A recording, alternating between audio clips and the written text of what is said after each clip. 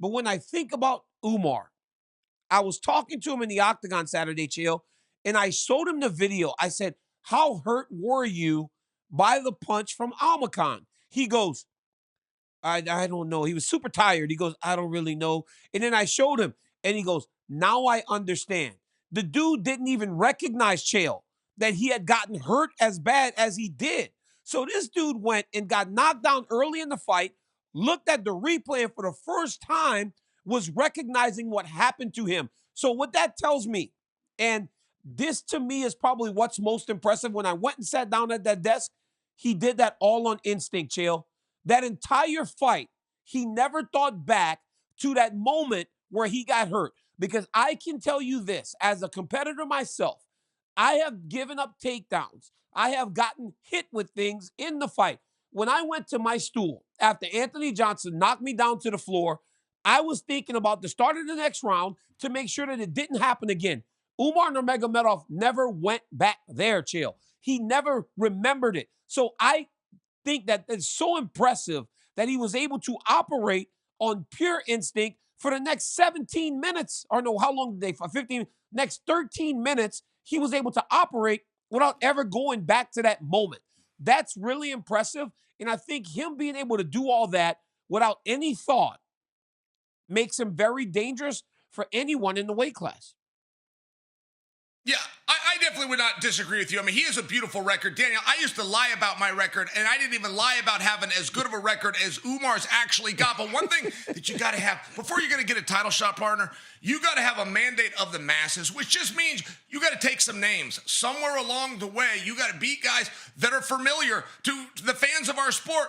Insert Cory Sandhagen, because Umar called out Sandhagen, and Sandhagen has been on the cusp of a title shot for a while. I thought it was a very smart call out. I think I think Umar could get the fight. I'm not ready to weigh in on who I think would win yet. But what do you think about that? If you're Sandhagen, you're sitting at home, your name gets called by a guy that's completely undefeated but not ranked as high as you. I mean, what do you do? It's a very tough spot. Yeah. There's a game to be played here. Thus far, I think Umar's playing it right. What do you think Cory's going to do? You know, I think I'm actually working with Cory Sandhagen next week for the morning weigh-in show. So I'm going to kind of ask him what he thought about that call out. But Chael, here's the difference in thought. Umar fought a killer from Russia that was on his UFC debut, 17-2, not ranked. He really was no one because no one wanted to fight him. But if you're Cory Sandhagen, you're saying to yourself, I am on a very short list of guys that is going to fight for the championship. I just beat the guy that is now the challenger for the belt.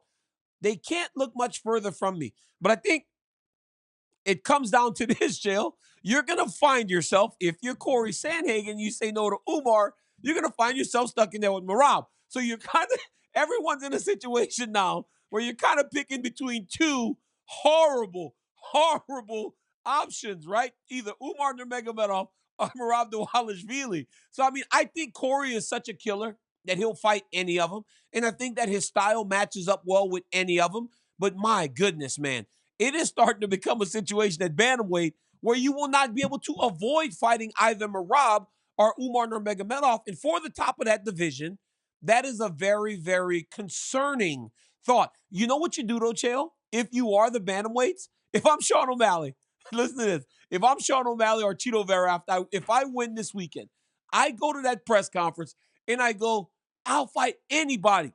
I'll fight anybody. But I think these guys have to earn it. I want Umar to fight Merab, and then the winner gets a title fight. Chael, that's what I'm doing. I'm going up there. I'm matching up Umar and Merab. So I'm getting rid of one of those dudes before I have to fight both of them for my championship. Sure. Daniel, I love that. I love the idea of eliminating guys. We're in a unique spot, okay? Let me take you down memory lane. There was once upon a time called UFC 246, and there was a gentleman named Francis Ngannou who knocked out a gentleman named Rosenstrike. Dana White goes to the post-fight press conference. He meant this as a reward, and I'm talking about Dana. Dana, to reward Francis, says you're the number one contender. You will not fight again until it's for a championship. The problem, or at least where this was a unique spot, is yourself, Daniel Cormier, and Stipe were already signed and was in the future. So that meant Francis was going to have to wait a while. At the same time, you and Stipe it kind of didn't give you the opportunity to call out who's next. We already knew. And at 135, it's almost deja vu to that, in that Merab has already said that he's going to be next. So now you got to play a real game of chess here. First off, if Cheeto was to upset O'Malley, that would put a rematch on the table. Not that that's the direction we're going to go, but right, you're only as good as the information you have at the time you have it. So for one, that would be possible. And then moreover, what if a guy comes out hurt? Or what if a guy comes out and says that he's hurt? All of a sudden, you're buying time, and a guy like Merab, he can only wait so long. You start inserting these other guys, right? I mean, there's a massive game being played here. They're going to bring out Merab to Miami. They're going to put him in the front row. Joe Rogan, at some point during the telecast, is going to say, and there's our title challenger. But what happens when the winner of that fight takes the microphone and goes in a different direction? What happens if the big face-off that everybody wants to have enter the ring, they don't call him out? What if they do the opposite of promote a fight and they demote a fight and they say, this is my best friend in the whole world and I've just been waiting until now to tell you? What if, right? There's a lot of what ifs. I'm tipping my hat to the gamesmanship that you showed, though, which is nothing in this sport is done until it's done.